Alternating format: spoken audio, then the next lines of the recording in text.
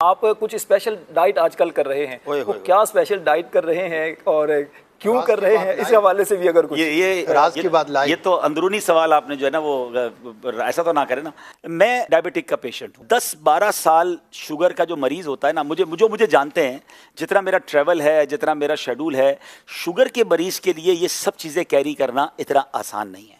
मगर मेरे साथ हुआ ये कि मैं पहले तो ठीक चलता रहा, मगर अब से 6 महीने यानी 1 साल पहले से मेरी शुगर ने इंक्रीज करना शुरू किया और मैं अल्हम्दुलिल्लाह उसको प्रॉपर्ली चेक करता रहा और 6 महीने पहले मेरी शुगर जो है वो काफ़ी ज़्यादा हो गई। अब मैं कंफ्यूज था कि मैं मीठा नहीं खा रहा हूँ और बहुत कम खा रहा हूँ और मैं अपनी डाइट को कंट्रोल भी कर रहा हूँ, मैं ज़्यादा भी नहीं खा रहा, लेकिन मैं अपनी शुगर को पकड़ नहीं पा रहा था और वो कंटिन्यू बढ़ती जा रही थी। फिर मेरी नज़र से एक फार्मूला गुजरा और वो फार्मूला है GPS। अब इसके ये फार्मूला क्या है, तमाम खास तौर पे शुगर के जो पेशेंट्स हैं और जिसको शुगर नहीं है वो भी ज़रा गौर से सुन लें, जिनका वज़न ज़्यादा है, जो ब्लड प्रेशर की मरीज़ हैं या कोलेस्ट्रॉल के मरीज़ हैं। मैं सिर्फ अपना तजर्बा शेयर कर रहा हूँ, आप ये तमाम बातें अपने डॉक्टर के मशवरे से अमल कीजिएगा। मैंने अल्हम्दुलिल्लाह तमाम चीज़ों पर न सिर्फ पाकिस्तान के बल्कि बैरून मुल्क के डॉक्टर से भी मशवरे करके इस पर अमल किया और आज मैं आपको नतीजा बताने जा रहा हूँ। तो मेरी शुगर जो थी, चले बता देता हूँ, मेरी शुगर 9.9 तक पहुँच गई, बढ़ते बढ़ते 9.9 तक पहुँच गई, जो कि HB1C जो होती है 3 महीने की शुगर, और ये ग्रेजुअली बढ़ती गई, 7 से करते करते 8 पहुँची, 9 पहुँची और 9। मैंने कहा ये क्या हो रहा है, क्यों नहीं रुक रही शुगर, दवाइयाँ चेंज करके देख ली।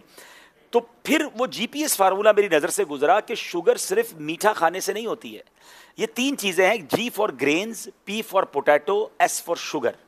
ये 3 चीज़ें अगर आप छोड़ दें तो आप बगैर दवाई के शुगर पे काबू पा सकते हैं। मैं ऐसे कई लोगों को जानता हूं कि जो पहले 2 दवाइयाँ खाते थे, फिर उनकी शुगर 2-5 साल बाद दवाइयों ने असर ख़त्म किया, वो 4 टैबलेट पे पहुंचते हैं, फिर दवाइयाँ असर ख़त्म करती है, वो इंसुलिन पर पहुंचते हैं और एक वक्त आता है कि उनकी 25-30 साल पुरानी शुगर के बाद इंसुलिन भी काम नहीं करती है और फिर बेचारे आज़ा कटते हमने लोगों के देखे।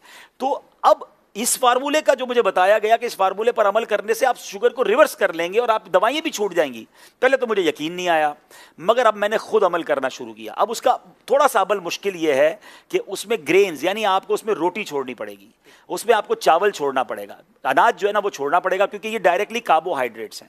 मुझे पता चला कि एक रोटी 4 चीनी जितना अंदर जाके काम कर रही है, वो चीनी नहीं है उसमें, लेकिन वो अंदर जाके कार्बोहाइड्रेट्स उतने बना रही है। अगर आपने 2 या 3 रोटियां खा ली हैं तो आपने 12-15 चम्मच शुगर खा ली समझ लें, और तो शुगर कहां से कम होगी। तो अब रोटी को छोड़ना था। अच्छा, रोटी मेरे लिए इतना मसला नहीं था, हम मेमनों के लिए चावल बड़ा मसला है, हम चावल बहुत खाते हैं, तो चावल छोड़ना था, रोटी छोड़नी थी, पोटैटो खैर वैसे भी इतना ज़्यादा मरगूब नहीं था, और शुगर वाली तमाम चीज़ें, बेकरी की तमाम आइटम्स। राशिद भाई, अल्लाह की रहमत से मैंने ये करते हुए मुझे 4 महीने हो गए।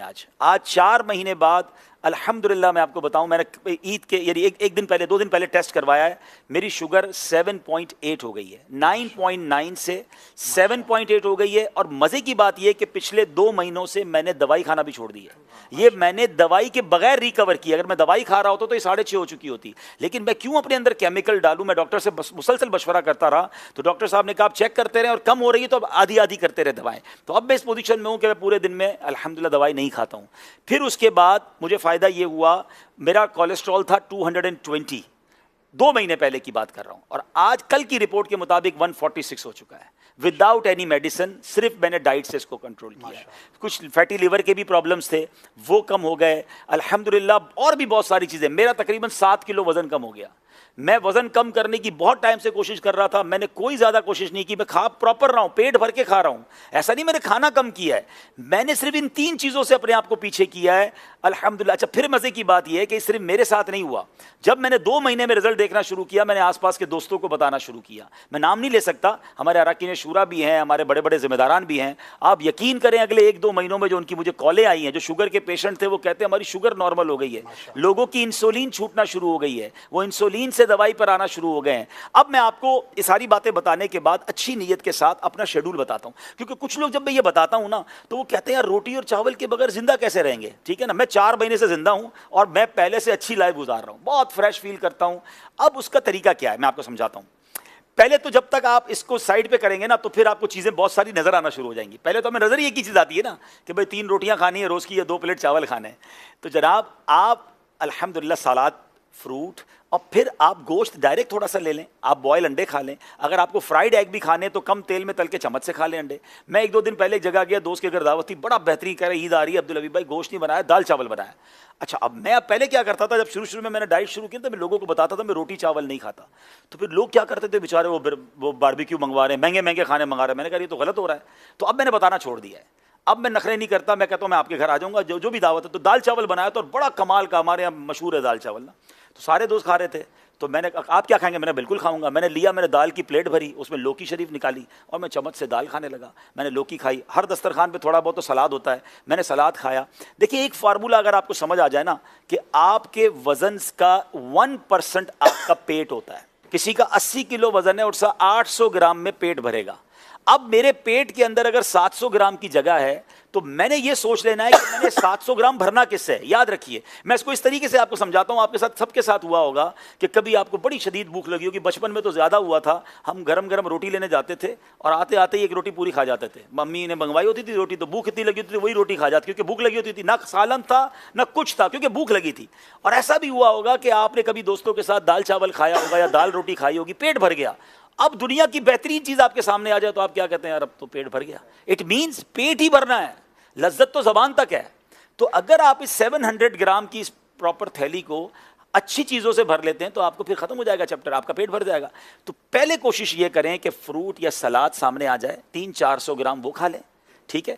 अब उसके बाद जो खाना खा लें। तो अब आप 400 ग्राम वो खाएंगे जो अगर मिसाल के तौर पे सेहत के लिए अच्छा भी नहीं है, तो वो आधा तो आपने अच्छा खा लिया। यानी बहुत सारी चीज़ों को अगर आप आज सेहत के मामला जो डॉक्टर्स बता रहे हैं उसको अगर आप सुन्नत से कनेक्ट करें तो बहुत चीज़ें आपकी बेहतर हो जाएंगी। आप ये कर कर रोज़ चेक भी करें। मुझे किसी ने कहा मोटिवेशन कैसे मिलती है आपको, मैंने कहा मुझे रोज़ रात को तोहफा मिलता है। कहते कैसे, मैंने कहा मैं रोज़ पूरा दिन गुजार के सोने से पहले खाने के 2 घंटे बाद शुगर चेक करता हूँ और मुझे पता चलता है कि मेरी पूरे दिन की डाइट में बगैर दवाई पिए मेरी शुगर नॉर्मल है। मैं अगले दिन के लिए फिर तैयार हो जाता हूँ कि मैंने इंशाल्लाह ये चीज़ें नहीं खानी है और अल्हम्दुलिल्लाह मैं इसका नतीजा देख रहा हूँ। तो अच्छी नीयतों के साथ खैरुन्नासी मन यनफ़उन्नास, लोगों में अच्छा वो है जो दूसरों के लिए भी अच्छा बने। तो मैं जो अपने लिए अच्छा समझ रहा हूँ आपको बताया है।